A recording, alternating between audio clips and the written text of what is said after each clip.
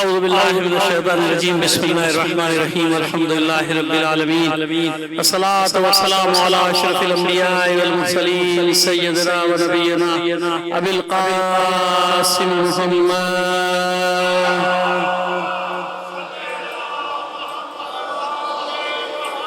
وآلہ الطیبین الطاہرین المعصومین ولعنۃ اللہ علی اعدائہم اجمعین من الآن الی قیام یوم الدین وبعد فقد قال اللہ تعالی فی کتابہ المبین وہو اصدق القائلین وقول 22 سال پہلے 2004 میں لاہور میں ایک اشرہ پڑھا تھا غزوات رسول کے عنوان سے، لیکن وہ خیر اس وقت جوانی تھی، وہ ایک مجلس 2-2 گھنٹے کی ہو گئی تھی، لیکن اب ایسا نہیں ہوگا، آپ اطمینان رکھیں۔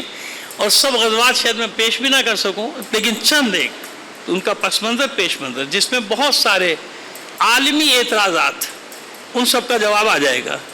اور شروع سے ہمارے بھی کچھ ہے نا ماشاءاللہ سوشل میڈیا کے چیمپئن، آپ کو پتہ ہے، 2 کتابیں پڑھ کے کوئی اپنے آپ کو لبرل کہہ رہا ہے، کوئی سیکولر کہہ رہا ہے، کوئی پتہ نہیں کیا کہہ رہا ہے، کوئی اپنے ذوم میں دانشور بنا بیٹھا ہے، انٹلیکچل بنا بیٹھا ہے، وہ پتہ نہیں کیا لوٹ مار اور جنگوں کے اوپر بھی اعتراض اور اس پر اعتراض۔ تو ٹھیک ہے، آج پھر دلائل سے اچھا، کیونکہ اب مسئلہ ہے کہ میں ان کو کیسے جواب دوں۔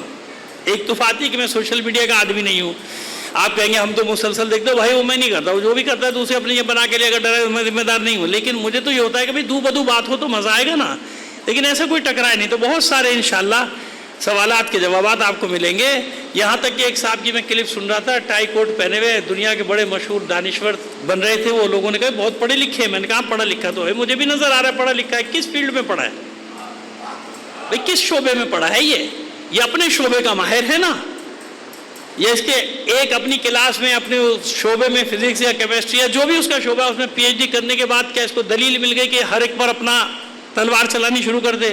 سوال یہ کہ دین کتنا پڑھا ہے؟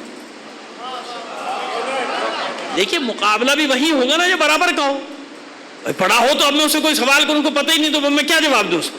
آج کل تو ماشاءاللہ یہ چل رہا ہے کہ بھائی جو بھی حلیہ ہے، جو سوال ہے اعتراض کے، جو تلوار سے پھیلا، جنگ سے پھیلا، یہ ہوا، لوٹ مار کرتے تھے، ایک صاحب نے یہاں تک کہا وہ تو مسلمان لوٹ مار کرتے تھے، نکل کے مدینے سے لوٹ مار، اس کے نتیجے میں جنگ بدر ہو گئی معاذاللہ۔ تو ہم سارا انشاءاللہ آپریشن ان 9 دنوں میں اگر زندگی رہی تو آپ کے سامنے رکھ دیں گے۔ پھر بنی قریظہ کا حوالہ دیتے ہیں کہ بنی قریظہ میں دیکھیں نا کیسے 400 یہودیوں کو مار دیا، قتل عام کر دیا۔ تو بھائی ایک اس کو قتل عام کو لے رہے، پہلے دیکھو تو صحیح ہوا کیا تھا۔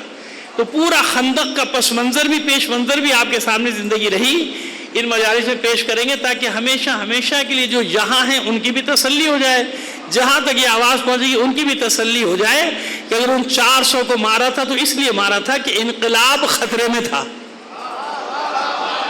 اب اشارے دے رہا ہوں، آپ کو اندازہ پھر آگے تمام مجلسوں کا ہو جائے گا کہ بات کیسے چلے گی۔ جب سسٹم خطرے میں پڑ جائے، جب نظام خطرے میں پڑ جائے، جو لوگ اس بات کا باعث بنے کہ سسٹم کو بٹھا دیا جائے، جیسے بھی آپ نے دیکھا نا، ان ملونوں کو چھوڑا جائے گا، ان بدبختوں کو چھوڑا جائے گا جنہوں نے غداریاں کی، جو شیطان بزرگ کے ساتھ جا کے ملے، جو اسرائیل کے ایجنٹ بنے رہے، ان کو چھوڑ دیا جائے تاکہ دوبارہ یہ سانپ ڈسیں گے۔ تو سمجھ میں آ رہی ہے بات؟ جب سسٹم خطرے میں بن جائے تو پھر 45,000 ہو یا 50,000، 400 تو دور کی بات ہے۔ یہی تو ہمارا رونا ہے کہ وہی ناسور پلے جا رہے ہیں، وہی ناسور پلے جا رہے ہیں، وہی ناسوروں کو ہم پال رہے ہیں، وہی ہم پر مسلط ہے۔ ایک بار اگر صفایا ہو جاتا ان کرپٹ لوگوں کا تو جان چھٹ جاتی پوری قوم کی۔ سمجھ میں آیا؟ یہ میں اشارے کر رہا ہوں، یہ تفصیلات پوری تاریخی گفتگو آپ کے سامنے ہوگی، آپ بے فکر رہیے، کیونکہ میں نے ایسا موضوع ایسا انتخاب کر لیا کہ اس میں یہی کچھ چلے گا کہ معلوم ہو جائے کہ بدر کیوں ہوئی تھی، احد کیوں ہوئی تھی، اور پھر اور اہم ترین آپ کو بات بتاؤں کہ انشاءاللہ میرے جو دیگر بھائی ہیں مکاتب فکر کے، ان کو بھی بڑی خوشی ہوگی، کیونکہ اس 9 دن میں صحابہ کرام کا جتنا زیادہ سے زیادہ ذکر ہو سکتا ہے وہ کروں گا۔ بھائی میں تو سمجھا تھا میرا مجمع ناراض ہو جائے گا، آپ تو خوش ہو گئے بھائی۔ صلوات بھیجیے محمد آل محمد کو۔